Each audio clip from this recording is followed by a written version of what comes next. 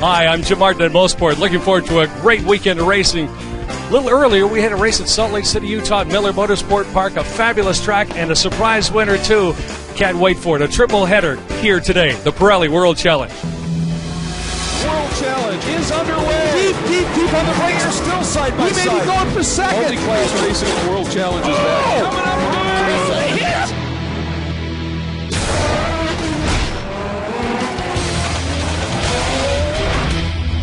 The fourth round of the World Challenge Championships comes to Miller Motorsports Park, the Pirelli Grand Prix of Utah, presented by Bob Bondurant School of High Performance Driving, just outside of Salt Lake City on the shores of the Great Salt Lake.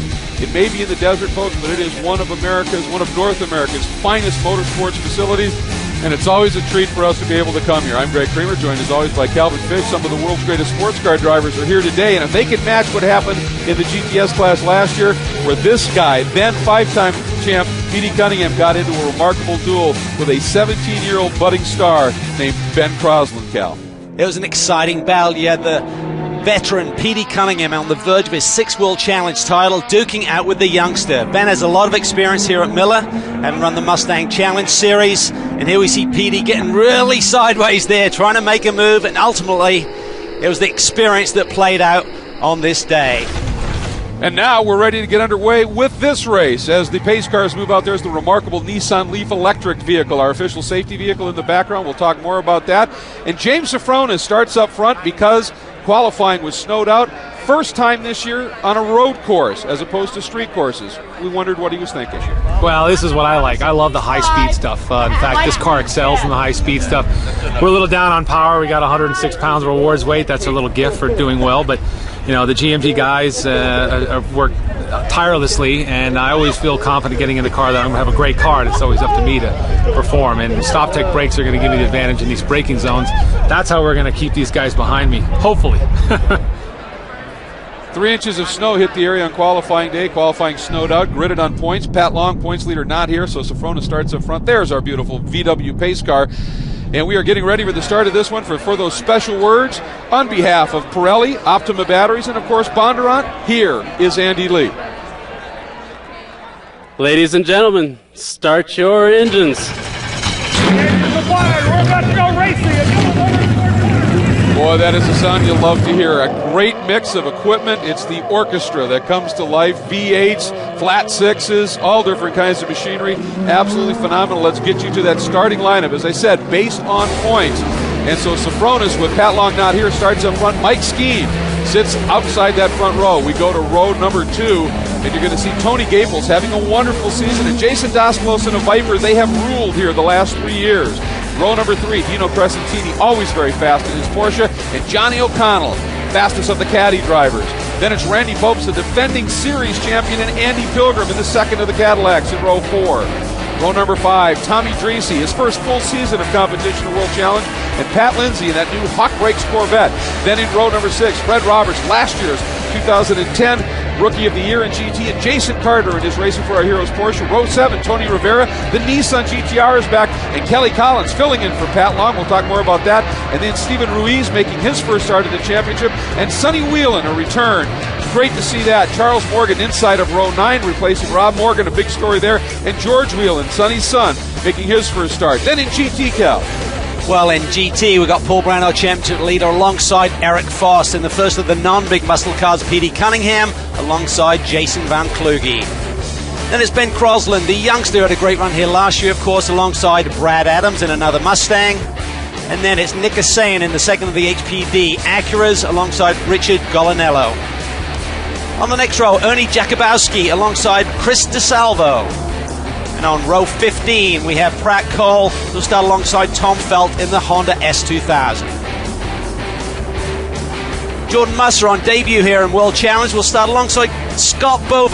Great to see Scott back in the championship. And then it's Scott Kuhn starting alongside Jason Ott in that BMW Z4.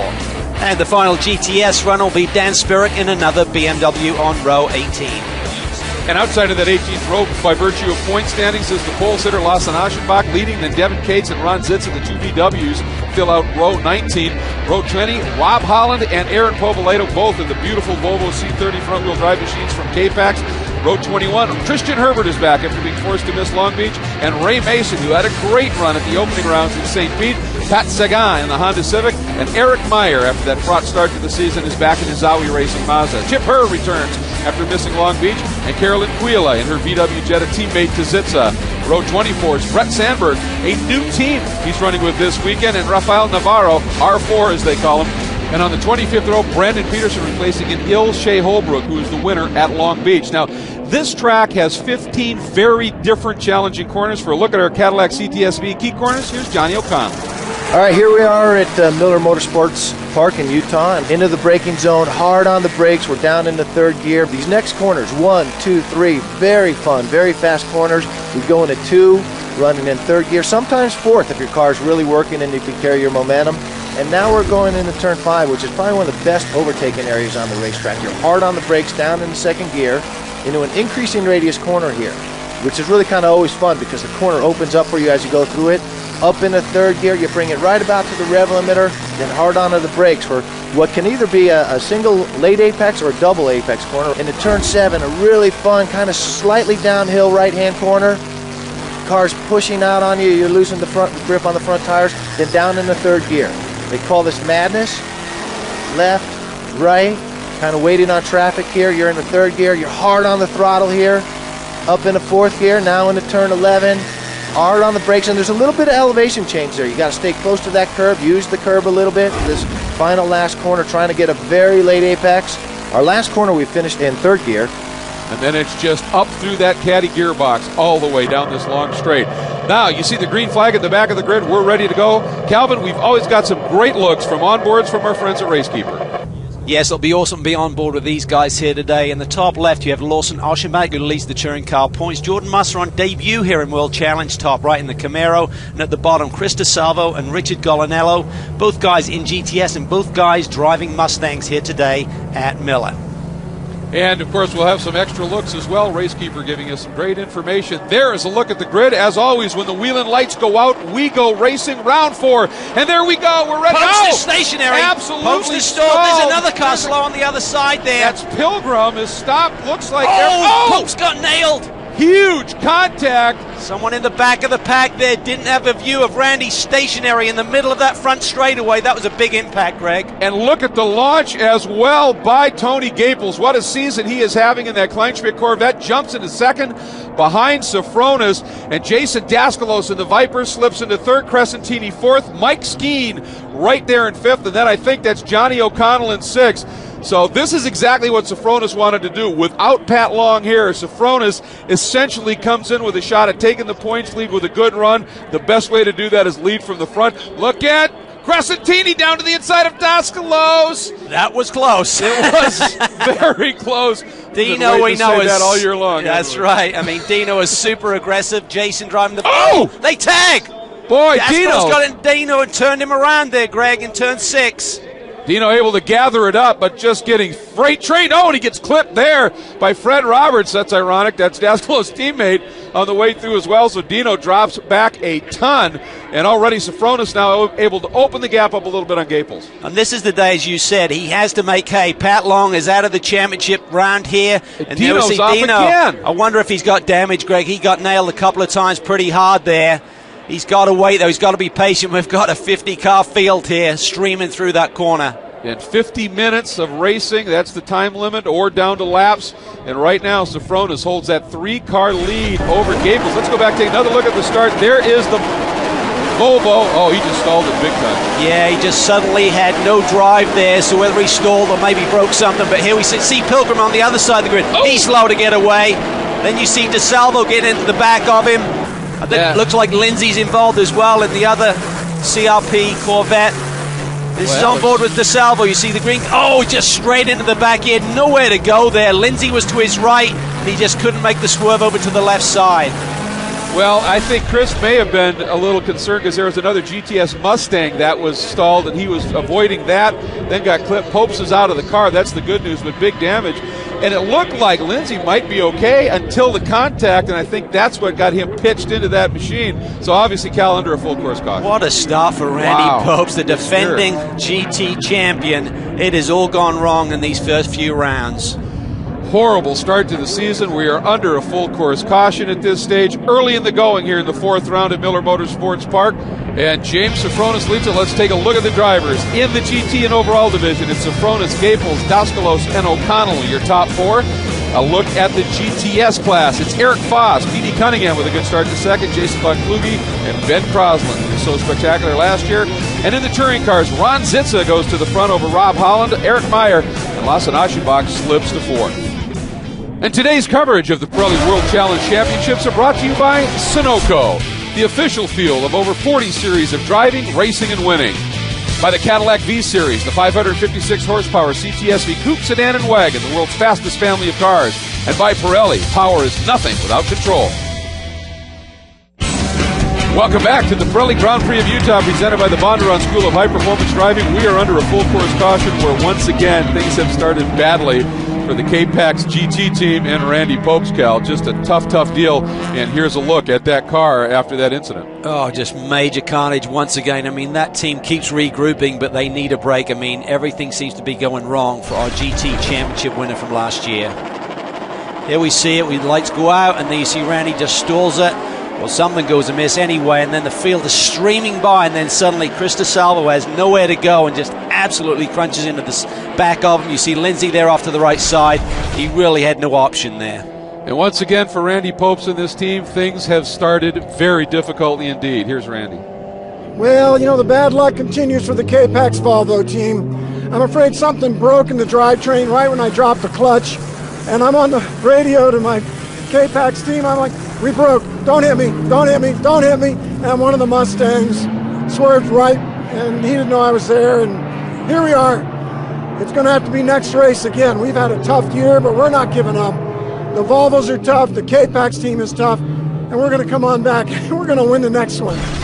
And what really compounded it, Cal, as we look from the onboard of Lindsay, is there's Pilgrim. Yeah. He's stalled as well. He's got to thread the needle, and I think he was basically just put off by that whole scenario, so he's really slow. So DeSalvo couldn't go to the right, and then essentially Randy is just there.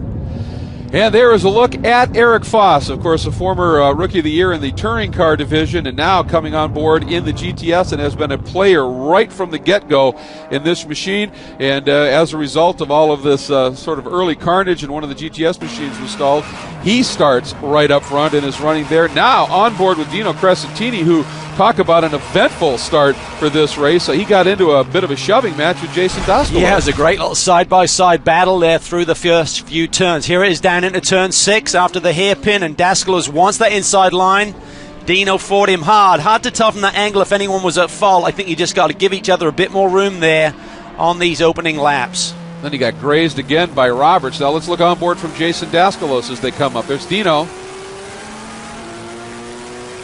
They touch once, and they're going to get down into the brake zone, and Dino's basically saying, okay, I've got this corner, I'm coming over towards the curb.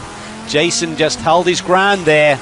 A racing incident, but I just really think through those first few turns, Greg, you can make it through there side by side and keep it clean. They just didn't give each other enough racing room. And, of course, at the start, we always have the Optima Batteries best standing start. And there is Brandon Peterson filling in, as we said, for Shea Holbrook, who is not feeling well and not able to come here. And he had a great launch. Look at this onboard. Look at him with all that carnage, just absolutely threading the needle, goes to the right and moves up a bunch of spots. Started 49th overall and currently 36th overall. That's a great launch. All right, pace car is in, so we are now ready to get back with racing. And it is Safronis leading him on. Well, I'll tell you what, I would have thought he maybe wanted to pedal a little quicker out of there because he's got that big V8 right behind him. Yeah, watch Daskalos as well. He's got that Viper power. Vipers have been so strong here. They've won here the last 3 years. Can Jason make it 4 in a row? Well, he's certainly been aggressive early. And look at this battle. That is Tommy Dreese alongside Johnny O'Connell. They've got a great side-by-side duel going. Daskalos taking a quick look to the inside of Gaples. And once again, there you are, Dreese and O'Connell, and right behind them, Crescentini. Yeah, he's a man on a mission. I think he wants to get up to that third spot. He wants to have another crack at Jason Daskalos, I bet. Oh, and look at this. O'Connell and Dreese touch. And Crescentini thinking that might be an opportunity, but no gap right there. And right behind him, the Nissan GTR of Rivera. Great mix of manufacturers up front here. This is what makes World Challenge so special. Look at Dreese defending from O'Connell. And look at Crescentini just trying to sweep the outside, trying to come up with it. And on board with Tony Gaples and Cal. This guy may be having a career year here. What a start for Tony Gaples in this Kleinschmidt Black Dog vet. Yeah, he's been so consistent, been a factor every race weekend, and right now he's got his sights set on the lead. Look at that. James Sofronis is not getting away from him. This Chevy looks really strong here at Miller. Very fast right-hand sweeper here. O'Connell down to the inside of Dreese. Crescentini keeping an eye on him. Now up into the section of track called the Attitudes. It's an S section that plummets away first, second, and bad attitude. And Crescentini definitely running a bad attitude here. Well, that Cadillac really looks strong through these fast sweepers. We knew it would be good in terms of the handling. Still struggling a little bit, seems, on those straightaways, but Johnny O'Connell, one of the best in the business, makes a nice clean move there on Tommy Dreese. Dreese sporting that X-Men First Class sponsorship on the car. Hop on board now with Jordan Musser, a true rookie, not only in the World Challenge, but one of his first ever race starts. Beautiful move there on Brad Adams in one of the Mustangs. Musser driving the Chevy Camaro, and up front is Jason Von Kluge, a race winner already at St. Petersburg. And Jordan Musser, folks, due to that cancellation of qualifying, he had no points. His first start started 13th, and look at the drive he gets here. This guy's first really serious race, I don't buy it. Man, what a great run he's putting on. Yeah, everyone expected that Camaro to really come to the forefront in that class, but look at this, the damaged Dino Crescentini. He still has some speed. He's still moving his way forward. I'll tell you saw Dreese make it fairly easy. Dreese's running one of the oldest cars in the field. It's a 2008 Porsche, just not quite his trick. And Crescentini very fast in anything, let alone a newer car. And Tommy went, all right, bud, I'll let you head on through. And Crescentini, of course, a bit on a mission. Then there's the Nissan behind them. And then coming up hard astern is Kelly Collins. Yeah, he's replacing Pat Long this weekend. And one thing for that team they're a little bit frustrated about, they thought with Pat Long not here that all of the weight, the rewards weight, the success balance would be taken off that car. They said not so. Kelly Collins is a hot shoe. He's won here twice in Rolex competition. You're not going to have him in a lightweight Porsche this weekend. And I'm sure the rest of the field all breathed a sigh of relief. Now, if you like to follow racing and you're a social media freak, we got it covered for you. World-Challenge.com, all the latest news and views on the World Challenge. Then you can go to World-ChallengeTV.com, check out cool in-car videos, driver interviews, and watch this complete race and all the other World Challenge races online right there. And finally, if you're into Facebook, no worries. Search World Challenge GT, GTS, and touring cars. Interact with other World Challenge fans and post your race pictures and videos. Love to see it all on Facebook. And it certainly expands the reach of this great series. There is number 73, Eric Foss, once again. That car, an interesting story, bought on auction and used to raise money for St. Jude's Children's Hospitals. And as it turns out, it's one quick race car in the hands of one quick driver. Yeah, he's having a really strong run here today. He's second in points and has the lead in class right now. So good day going for Eric Foss. But up front, look at this. Tony Gaples is really starting to put the pressure on James Sofronis for the lead of this race. And right behind him, Jason Daskalos is closing in. It's going to be a three-way battle any moment now. Yeah, those three have opened up a little bit of a margin over O'Connell, who's poised to bring Caddy its best finish so far this season. Look at the dust on this track. As we said, it's in the desert. A little bit of a breeze, blows some of the sand on. Somebody drops a tire, more comes on. Makes it very, very interesting. And here are those three. Then there's O'Connell. Then Dino Crescentini, who's still showing great speed. As a matter of fact, just turned the fastest lap of the race. Daskalos takes a look down the inside of Gaples. Oh, it is close. Gaples recognizes he's there, Cal. Nice piece of driving by Gaples to leave that open and not shut that door and cause them both to wreck. Yeah, and that's how you need to do it through those first couple of corners. Someone makes a move down the inside, you're going to get a run off there, and you just got to make it clean. Now, up into the Attitudes, once again, this S section, and watch them plummet down through here.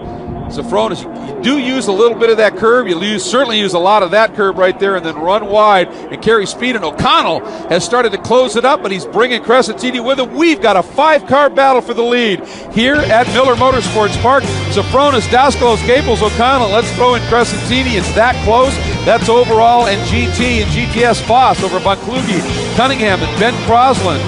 And then a look at touring cars shows Zitza, Povaledo, Tristan Herbert, and Rob Holland.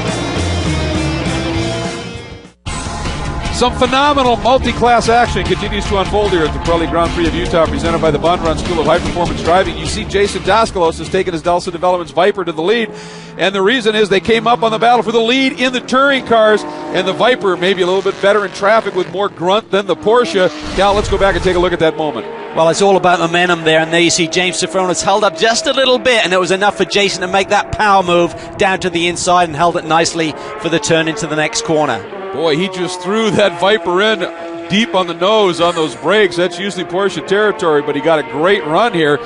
And now he leads and has been able to draw away just a little bit. That was a look at that pass. We're on board with Dino Crescentini, and Dino heading into pit lane. And remember, he got into that shoving match with Daskalos, and maybe something finally let go in that car. We saw a couple of spins. So he is just limping his way down into pit lane. Meanwhile, here is Ron Zitza, a great run in the opening rounds at St. Pete. Looked like he had a shot at the win in Long Beach, got taken out in a start line incident, and right behind him is a very hungry Aaron Povaledo in that Volvo. Boy, K-Pax has brought that program along in a hurry. Wow, they're really starting to show their stuff now. They are very confident at Long Beach. Spoke to Aaron and Rob Holland there, and they said, you know what, this car is going to be strong. Give us till mid-season. We'll start to look at podium finishes and maybe a win. Maybe that day will come today. Look at Aaron Povaledo. He's closing in on Zitza right now. Car is really hooked up. Yeah, boy, is he driving it too, dancing it, backing it in into the corner, the back end coming around, really pressuring Zitza. And here comes Tommy Dreese, is going to come in and play into the mix. Dreese gets them both. That shouldn't affect that battle too much. And exactly, as Zitza just tucks back in, Povaledo, Fred Roberts behind them. That'll be the next car to come up and affect this lead battle here. As, again, Povaledo, a great run through the S's, just some superb. The guy's a maniac. He's a maniac in Long Beach. Now this confirms it. Wow, eavesdropping there, and Dino not happy with that contact with Daskalos. Well, it was, I'd say it was 50-50. I mean, Dino didn't give him a lot of room. Jason was being super aggressive. I think on the opening lap, just to reiterate, you got to give each other a bit of racing room there through those corners.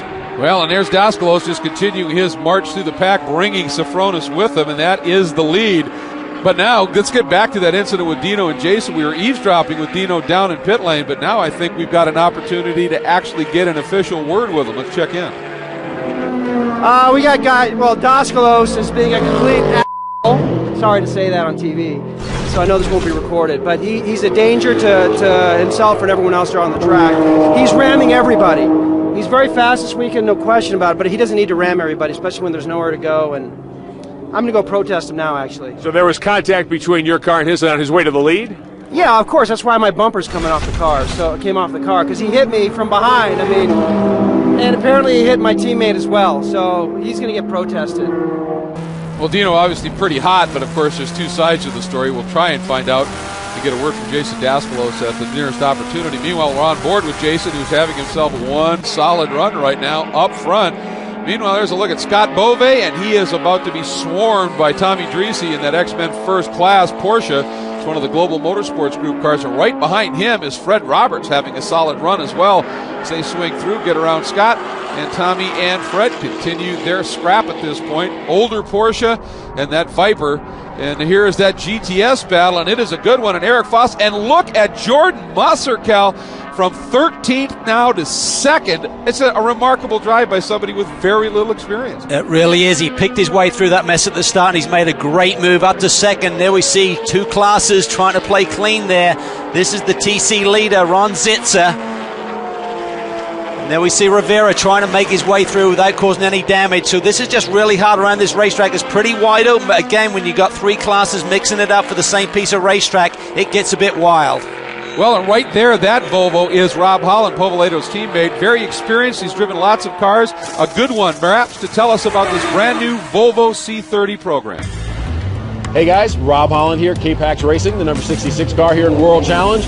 I'm here in a little chilly Tooele, Utah to talk to you about Volvo's hot car, the C30. The C30 is one of Volvo's new iconic designs. It's based off of the P1800 ES car. It's about a 40-year-old car that Volvo fans today around the world still revere as one of the top Volvo designs. But you know what? What you can really, really get in this car, you can't get until you get in it and get out in the street. So let's take it for a spin. When I got into the race car, the thing that struck me the most is even though we've done a lot of modification to the race car, it was so similar to the street car in the way it handled and the way it performed. It's got a 2.5 liter inline 5-cylinder turbo that has got amazing amounts of torque, and it is one of the most phenomenal engines I've ever driven. So for us in touring car competition, I think that is going to be one of our big advantages over the competition. The amazing thing about this is my ride in World Challenge, that there is not much difference between the stock car and the race car. All you need to go fast in the track is maybe some brakes, some shocks, and me. Thanks. Rob having a bit of fun there, but the driver is an important component. We watch Rob in the office here. Take a look at this shot. Just love it. Him on it here in that beautiful Volvo. And you know, the amazing thing to me, Cal, is that this was an idea in January. This team has done some amazing work. Yeah, the progress has just been remarkable. When you think about it, it's one thing to develop a car in the off-season, but to do it whilst you're racing in Long Beach was only 2 weeks ago. And take a look at this scrum here. You've got Zitza, you've got Povaledo, and then you've got Tristan Herbert, who was one of the winners at the opener in St. Pete, the second round at St. Pete, missed Long Beach, and he's coming up to play with these guys. And this is what makes this series so spectacular. Multi-class, but multiple marks in each of the classes that just race this closely. Look at Povaledo taking a look down to the inside of Zitza. This is for the lead in touring cars, and Aaron Povaledo slips the Volvo underneath and through. Zitza going to try and make the counter move, Cal. Yeah, he will. You know, Black Rock hairpin is very inviting there for everyone to dive down the inside, and the guy's being overtaken does have a chance to really regroup. And now we're on board with Zitza there. You can see he's trying to have another go at Povaledo, who has the lead. This is just great action in the touring car class. Fantastic racing, and as we ride on board with Zitza, this is that quick right-hand sweeper that leads up into the attitudes. And take a look here. This is Eric Foss, but right behind him is that orange Camaro, and he pops to the inside. Jordan Musser taking a run at Eric Foss. He's alongside Cal. He already has a nose ahead. Yeah, and slower traffic up ahead. He has to be careful, but Musser takes the lead in GTS. What a day for him. On debut in World Challenge, he has the lead in that Momentum Camaro. Absolutely. I mean, this is one of the great stories here. This guy, one of the co-owners of the team, and he said, I don't have a lot of opportunities to race. I have never done much, maybe 200 laps total. He goes, I got into ownership of a team so that I could race at some point. Boy, is he proving that wasn't a bad decision. Yeah, he's a man. He wears many hats. Now he defends to the inside. He's just saying, don't think about it. I'm going to defend that inside line. Foss has a lot of experience. I know he'll play it clean. He's also thinking about the big picture of the championship, as Paul Brown is not having the best of days. Our championship leader in GTS. So Jordan has just taken the lead in GTS, but overall in GT, it's Daskalos over Sopronis, Gaples, and O'Connell with a great run. In GTS, Musser now on the point over Foss, Von Kluge, and Petey Cunningham. And then in the touring car division, that great battle continues. Povaledo now in front of Zitza with Tristan Herbert and Rob Holland rounding out your top four. Fourth round of the Pirelli World Challenge Championships winding down here at the Pirelli Grand Prix of Utah, presented by Bob Bondurant School of High Performance Driving. In fact, the white flag flies, and James Sofronis, I think, Cal, maybe saved a little something on those tires because he's closed it back up a smidge. Yeah, he's pretty savvy. He's also thinking about the big picture. Also, Pat Long not here, of course. He's running over at the Nürburgring in Germany with that Porsche hybrid. But he's not giving up. He realized that there's ebb and flow to this final lap, and they've got to deal with some traffic up ahead. Maybe he can take advantage right there. But as you said, I don't think he's going to do anything overly risky because, in a sense, for the points, this would be almost as good as a win at this stage, although Daskalos looks like he's going to be a definite player as the season unfolds. And traffic coming up, Cal, this could really affect things. This is usually where that V10 grunt will be a little bit stronger. But look at Sofronis all over the back as Daskalos gets balked. Sofronis trying to carry speed, runs wide, but not quite there at this point. They're both clear of the traffic. Yeah, and remember, Jason hasn't won since 2009 at Mosport, so this is pretty nervous time for him trying to complete this final lap. The last thing he wanted to see was all of this traffic right in front of him. Up into that fast sweeper. There is Tony Gaples about to bring home his second career podium if he can hang on to it. Just a great story, but Sofronis glued to the back of Daskalos. Oh, he got a bit wide there. He got a little bit wide in the second section. He lost a little bit of ground. He'd like to be closer to him as we now coming into these final few series of corners. There's the Tuella turn. Now they head down into what's called Clubhouse, and again, Sofronis looking at that traffic in front, going, please balk him somehow. And he's going to get hung up just a little bit. Into this final sequence of S's, and Daskalos just squirts to the inside. That was a huge move. Look, he's right there. He can slide to the inside there. No, he takes the outside lane. I'm not sure that was the right move, because you have to think that Jason's going to have the horsepower down this straightaway. Out of that last bank turn onto the front straight, that V10 comes into play, and Daskalos gets his second career Pirelli World Challenge Championship win. James Safronis a solid second, and Daskalos, boy, look at him enjoying the moment here, fist pump, and deservedly so. An absolutely incredible run in that Dawson Developments. Yeah! Nice driving, buddy, nice driving. Think they're pumped up or what? Boy, it was a look at Aaron Povaledo. He has been wanting to get into World Challenge for so many years, and he already brings home a win. Now we hop on board with Jordan Musser, his first ever really pro start at this level in World Challenge, and he brings it home with a great win. And there is Eric Foss. It was that close at the end, so Musser had to not only come through the pack but survive pressure. He came from 13th to 1st. That is the most improvement from start to a class win since this new multi-class format has started. What a day for him, and what a day for Daskalos. Oh, it was a superb run by these guys. Look at Aaron Povaledo. He's waving at the crowd. He is stoked. Absolutely. Let's take a look at the final provisional results. Daskalos, Safronis, Gaples, O'Connell, his best finish of the season, matching his best, Pilgrim, his best finish of the year, and Kelly Collins, a great run as well. Now in the silver highlighting, Musser, Foss, Cunningham, with Von Kluge and Crosland completing the top 5 in GTS, and then Povaledo in that great battle with Ron Zitza. Tristan Herbert, a great return to the series after missing Long Beach. Aschenbach falling back, and Meyer, talk about saving one and making it happen here. Just an incredible run as we take a look at the rest of the field. Some great competitors here. And, of course, the problems for Crescentini. Mike Skeen struggling. Randy Popes, Lindsay, and DeSalvo all on that start line. But let's get down to Jim Martin with our winner. Jason Daskalos. Quite a drive. What do you think? Awesome car. Oh, man, this is great. This is a great day. I want to thank Julie and Mike Dawson. I wouldn't be here if it wasn't for them. And Sheldon, my crew chief, Matt, my engineer, and Dodge Motorsports. Thanks. What was the difference in the race? You know what? The difference was traffic. James got caught up in traffic, and I got a good run coming out of 3. I was able to get by him, and traffic was definitely the difference today. Well, Cal, let's take a look at the GT driver standings presented by Volvo. There you see Safronis really has a nice healthy lead with Pat Long not attending this race. Daskalos will be a factor all season long. Manufacturer standing, Porsche, Cadillac, Volvo, and Nissan. And Cal, let's take a look at that Cadillac CTSV move of the race.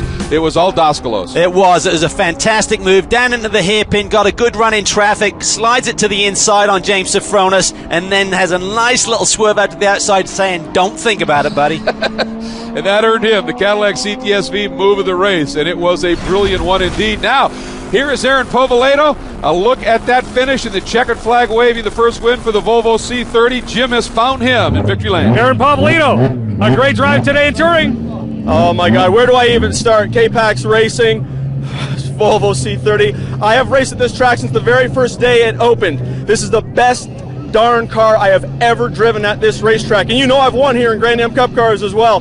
This Volvo C30 that K-Pax built me, best car I have ever driven, seriously.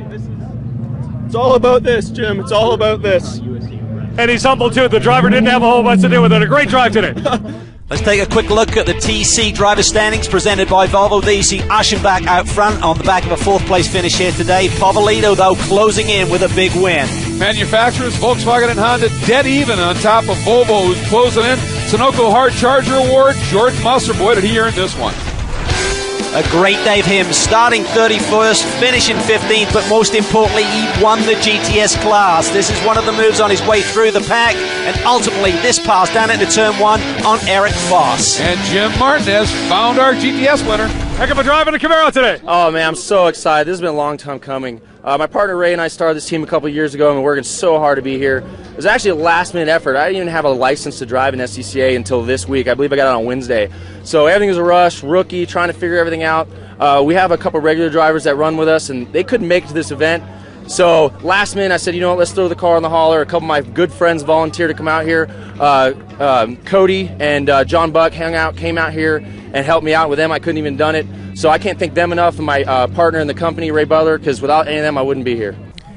Now as we look at the GTS driver standings presented by Volvo, Paul Brown maintains the lead at the top, but boy, it is tight. Only 4 points separating he and Eric Foss, who finished second here today. Manufacturer standings, it's Ford over Acura. Those are the two main players in that division. And I'll tell you what, Ford looking awfully good. Now, our Manufacturers Fan Championship, for the fans that come out with the strongest support, I'll tell you, the return of Cadillac has these fans pumped. And did they come out once again? And they showed they love their caddies. They are enjoying the return of that championship. There's Jason Daskelos, a remarkable win in GT and overall. There are your 3 class winners. Absolutely phenomenal run here. Now, up next, Mosport in the doubleheader. Welcome to one of the most daunting racetracks in perhaps the world, certainly North America, for the Pirelli Grand Prix of Mosport, presented by Optima Batteries at Mosport International Raceway. This is an amazing venue, a doubleheader weekend. Round 5 of the championship about to unfold. And there you see Tommy Dreese in his Muscle Milk entry and some of the great grid gals that are set up here and ready to go. There is a look at the starting lineup on this. And there is James Safronis, who is in a battle for the points lead. Tommy Dreese. Pat Long is back to try and take an attack on Safronis and get back in the mix of things. Mike Skeen, a guy who's so fast but just hasn't been able to put the runs together. And here is a great story. P.D. Cunningham, that's experience and treachery. That young man wandering away is Alec Udell. We'll talk more about him in a moment. This is a seminal day for P.D. here, isn't it? It really is. His 200th World Challenge start. He's had 6 championship wins, 40 wins, 42 poles, and he's had over 100 podiums during that stint, Greg. Quite remarkable. And from that age and experience to youth and exuberance, the team that won at Miller, the young Alec Udell, 15 years old. It's a great story. Coming from karts and moving up through Spec Miata, it's been a big jump from the Spec Miata into this series with Momentum Race Group.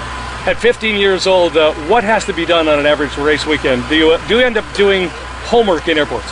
Yes, I do end up doing homework on the plane back, on the plane here, and at night I email my homework to my teachers. Whatever needs to be done, it happens. And there's Alec on board now. A guy that would normally be challenging was Randy Popst, who is not here. However, the new car and Alex Figge is here. So we asked team manager Bob Robb of that remarkable K-Pax team to explain all of the developments. We've crashed up a couple of chassis. So now we're down to 1 chassis and 1 car in the process of rebodying all the other ones. With Alex not having any chance to be in the car, kind of a team decision was to give him these 2 races. It really wasn't going to hurt Randy's chance at the championship because championship for him defense is pretty well out to lunch. And what if we can get Alex to have a couple of good races in with Randy's coaching, I think we'll come out the second half of the season with 2 good drivers, 2 good cars, and give them hell. How long has it been since you've been in the seat? It's been 2 years since I had a full-time ride. I have been did some ALMS stuff and some other things, but to jump in here and as people who've been up here know, Mosport can be a little intimidating. So just getting my feet under me and having some fun. Will this be a full-time deal for you? It will be a full-time deal for me, yeah. I mean, I love it here. The team is coincidentally based where I live, so it's a great situation. And the Cadillac CTS-V key corners he's going to have to pay close attention to are told to us by Andy Pilgrim. Here we are at Mosport, minimum speed about 118 miles an hour in the middle of turn 1, downhill, flattens out here. Turn 2 drops away.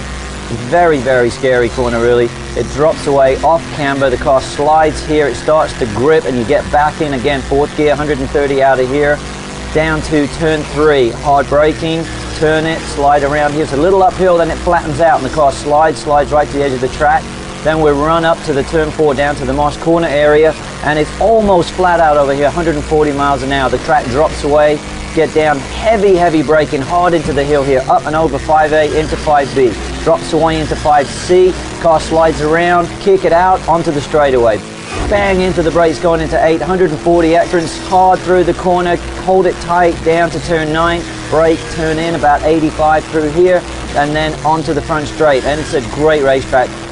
If a bit spooky. There's the Nissan Leaf safety vehicle, a totally emission-free vehicle, very special indeed. Now let's get down for those most special words in all of racing to get this one underway.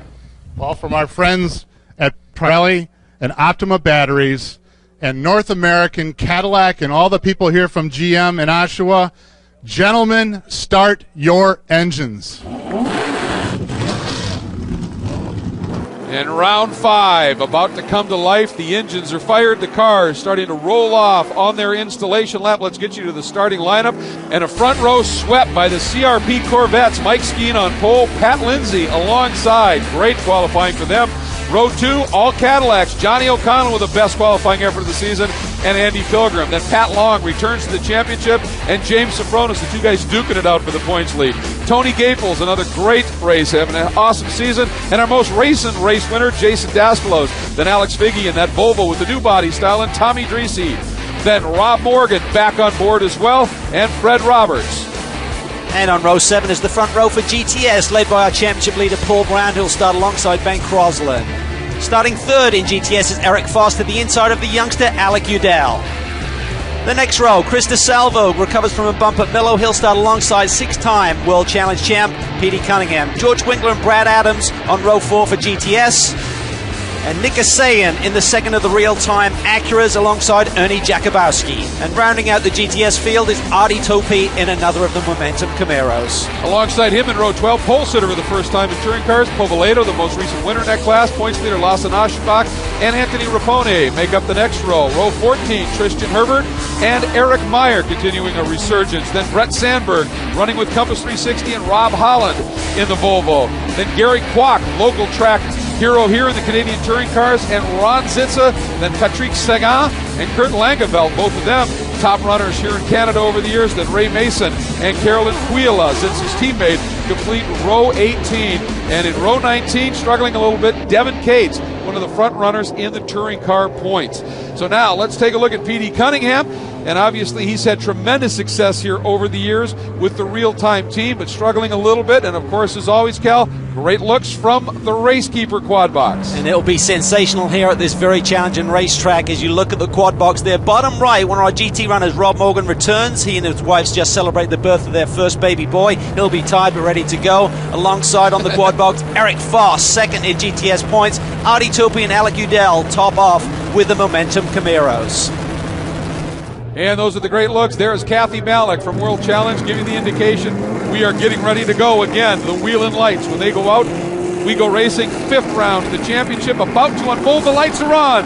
The revs come up on this big field, on this daunting track. We're green, and this time it looks like everybody does get moving. And it is Skeen down to the inside, but a brilliant start by Johnny O'Connell. 7-time winner here in the American Le Mans Series in various forms. And he now finds himself up in his second, splits that front row and pushes Lindsay to third. He did. He split the two CRP Corvettes. A great start by Johnny O'Connell. But look at Skeen. He has got the hammer down. He realized that O'Connell is going to be really fast through these sweeping turns in that caddy. The caddies were really looking forward to coming here because they said it's mostly 3rd, 4th, and 5th gear corners. They like the handling on that car. They're a little concerned about the launch out of Moss and the hairpin up that long straight, but they like the package they have in terms of the handling as this field comes streaming down into that very turn. Moss, and it's got 5A, B, and then that launch right there in C. Look at Skeen. These Pirellis may not be up to their right temperature yet, but he has got the hammer down. That is really the ultimate opening lap by Mike Skeen. He's got the gap on O'Connell. He doesn't have to defend. Here comes Lindsay up the long back straightaway, trying to make a move on O'Connell. Boy, Lindsay got a great launch. Here we go. Lindsay on the outside. Johnny O'Connell knows this track. Savvily defends it down to the inside. You can make that outside pass, but you need a lot of bravado, let's put it that way, to make that work. Skeen coming around to complete the opening lap with O'Connell in second, Lindsay third, Safronis up to 4th, and then Pat Long right there in 5th. You know what? Johnny's made a career out of driving yellow Corvettes. You got to think this is one he'd really like to run down and pass now, huh? Yeah, he's used to other people chasing him in yellow Corvettes. Devin Cates in the VW, problems down in turn 2, it looks like. Let's take a look at our Optima batteries. Best standing start, and it's James Safronis from 6th. Look at that. O'Connell just threads the needle between. Oh, there's a bump there. Safronis got into the back of Lindsay there as he braked for turn 1. Remember, standing start, you should be able to pretty much roll through turn 1 with really not too much decel. Meanwhile, Skeen one more time. There's O'Connell. There is Lindsay, suffering no harm. It was a light tap. Safronis now feeling some heat from Pat Long. And remember, those two guys in those Porsches right now are the points protagonists, long missing Miller, so you know he's on a serious mission. He really is. He needs to get by James Sofronis if he's going to close in this points chase. Look at Pilgrim in the second caddy. They're really starting to show some form now, Greg. And Mike Skeen is for real, doing a superb job. He's been frustrated with the issues they've had. They've always had the speed, and boy, he has dropped the hammer right now, starting to maybe 3-4 car lengths with O'Connell and Lindsay in tow. Take a look at your class leaders in GT and overall. Mike Skeen in GTS. It's Paul Brown in touring cars. Aaron Povoleto. Today's coverage of the Pirelli World Challenge Championships are brought to you by Volvo. Volvo for life. By StopTech, world-class brake components and systems for high-performance vehicles on the street and track. And by Bondurant, the School of High-Performance Driving, internationally recognized as the leading authority on driver training. And boy, I'll tell you what, on this track, you want driver training. One of the most amazing old-school facilities. See a debris flag there, a surface flag, so something amiss on the track. Everybody being a little careful as they work through here. There's an off and there. that's Alex Udell. Alex Udell, the youngster, is off. Just nudges into the tires, Cal. He got away with one. Just missed the turning point. It's really dusty on the outside there. Turn 2, one of the most demanding corners in all of North America, not just this racetrack. And meanwhile, you see it as Lindsay now has slotted into second with her Johnny O'Connell at this point, as it's a CRP 1-2 at this stage. Meanwhile, Udell into the barriers. It looks like, it wasn't a hard hit. We'll see if he's able to get going once again. Yeah, as the rest of the field now come down into that sim area of the racetrack, so they have to be careful there. You see Alec off to the outside of the racetrack. I think he was, now there he goes. I thought the car was moving. He had a gear, he just jammed against those tire barriers. Hop on board with Jason Doskalos. And, of course, at Miller, at the most recent round, in round 4, he had that bit of a shoving match between he and Dino Crescentini. We heard from Dino, but we weren't able to get the definitive word from Jason there, so we wanted to ask him what happened here. Yeah, we had a little issue. The car ran really well at Miller. We're really happy with our result. Dino came into 5, and we went side by side through 5, and going into 6, he thought he had the pass, and he thought he was far enough ahead of me, and he came over, and I was still there, and we actually hit once, and he knew I was there, and he came over again, and the second time wasn't too favorable for him. He had a little issue after the race and protested it, and SCCA made the right decision and found out that he was in the wrong. I'm not going to get out of throttle because he wants to or he thinks he's got the pass. That's exactly what he wanted me to do. He wanted me to check up and let him take the pass, and I wasn't going to do that.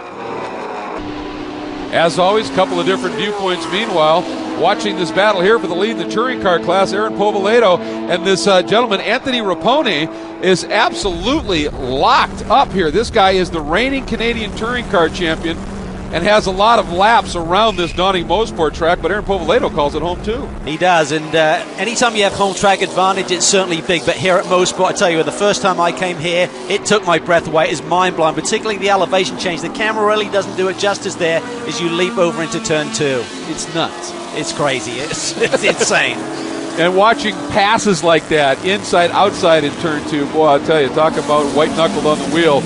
And Mike Skeen right now executing beautifully. Pat Lindsay slots into that second spot. There is Sofronis. Now, here we go. Traffic for Skeen at a key point, getting the launch here out of this hairpin. Cal, it's everything. It is. He's got a nice gap, though. He can be really patient there through the traffic. We expected these cars to be quick here. Remember, Ron Fellows drove these cars to victory in round 2 here last year at Mosport. CRP have done their homework. Right now, they're running 1-2. I think Ron Fellows drove that car to victory here, so Skeen has a lot to live up to. Here we go. That's Ben Crosland. We hop on board in the Ford Mustang FR500S. There's those, and there's also the new 302S Boss, and he's running one of the older Mustang Challenge cars that's been updated and giving it a great ride.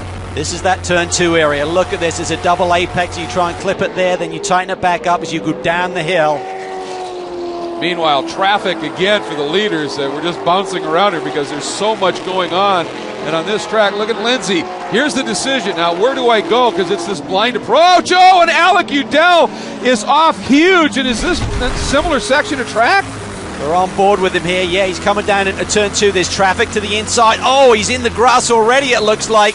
Right at that turning point, similar to what he did the lap before, but then he just he goes over. nails that tire barrier. Huge. You don't typically run off there so early in the corner, have as much later, and that tire bundle just hit him head on. Oh, wow. Skeen now. You saw it from the onboard, the wreckage here as Skeen drove by as he now gets back on it here out of Moss and up on that long Andretti straightaway. But a huge shunt right there for Alec Udell, and we see full course cautions. We have a full course caution absolutely with that incident. This is going to take a bit to clean up. So it's Skeen, Lindsay, O'Connell, and Sofronis, your top 4 in GT and overall right now. Crosland, Foss, DeSalvo, and Adams. Mustangs all in GTS and in touring cars. It's Povoleto, Raponi, Aschenbach, and Sandberg. We continue under caution here at the Pirelli Grand Prix of Mosport, presented by Optima Batteries. First of the double headers here at this great track. Under caution for Alec Udell's wreck, but Cal looks like they may have it almost cleaned up, and we might be going back to green. Yeah, the lights are out on the pace car, so a couple of corners left. I don't see many of these drivers really weaving around. There you see Pilgrim there try to get some tyre temperature ready for these first few corners. Get a lot of tyre pickup. You see the marbles there on the outside of the racetrack. You need to get those cleaned off. Boy, and tons of them there. Meanwhile, here we go. Pace car is in. Skeen leading him around. Teammate right behind. And that Hawk Brakes machine. Skeen, of course, in the Krager Wheels vet. Oh, look at Johnny O'Connell wanting to be opportunistic again. And James Sofronis giving it a thought as well. But Skeen, confident, and just takes the normal line, carries a little more speed into the turn as a result. And look at that. Already has a couple of lengths on the exit. Yeah, he's just taken off once again like he did at the start of this race. Certainly Sofronis. Look at Lindsay. That is scary wide in turn 2. Boy, and you can see it held him up. It held O'Connell behind him. Cost him time, and Skeen, as a result, gets a big jump right now. And look at the margin he's got already, Cal. It's huge. Well, if he's being a team partner there, certainly Lindsay did a great job for Mike Skeen, the current leader, but O'Connell's all over him. The key will be, does that caddy have anything up this back stretch for the Corvette? Last time on the initial start, we saw Lindsay really putting the pressure on Johnny, and now we're on board with the other Cadillac. This is Andy Pilgrim, currently in P7. He's chasing down Jason Daskalos. And he's got Gaples right behind him, so this great scrum, of course, that caution packing everybody up.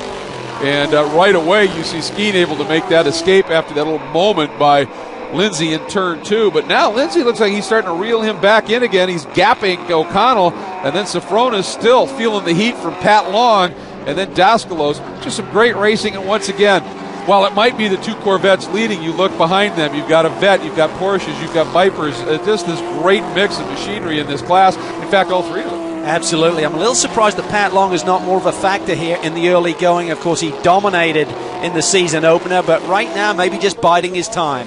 Well, they're carrying some rewards weight as a result of that success, so they may have to just be looking after tires a little bit here. See how that unfolds. Meanwhile, let's hop on board with Lawson Aschenbach. That's a run for the lead on Povoleto. That is a brilliant move down to the inside. Now we're on board with Povoleto, and Aschenbach makes it stick, slides through and underneath. And that is a great pass for the lead, Cal. It was awesome. Out of turn 9, he just carried a bit more speed, slid it into that brake zone for turn 10, and that was through. But you need some help from the guy you're passing, otherwise it can get ugly. Yeah, both guys showing some great judgment there. Obviously, awesome Lawson, as they say, making the move, but Povoleto not squeezing him too much. This lead trio continues to open it up just a little bit as they make this run down the Andretti straightaway.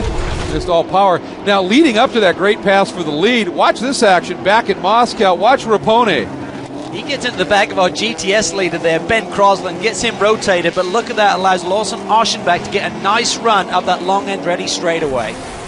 Yeah, and also you saw Foss get trapped between those touring cars, so he loses some touch with Crosland, and Paul Brown has had a big problem. He has gone to the wayside for today, so that information will be radioed over to Eric Foss. Now remember the big picture, yeah, you want the win here today, but the championship leader is out. And Mike Skeen suddenly has a big lead over that chasing group, and this is why, oh, it's Lindsay. You saw Cal a fireball out from the bottom of that car. He's done.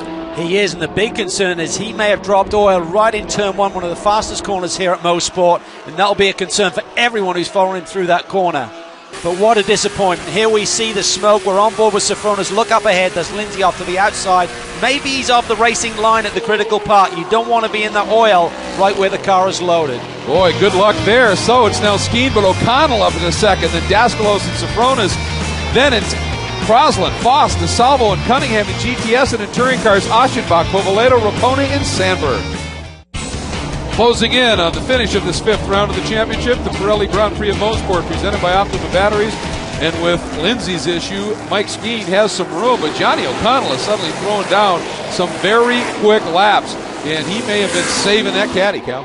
He may have done so, because Skeen, though, has really run a great pace here today, but Johnny O can sniff a victory. Podium is one thing.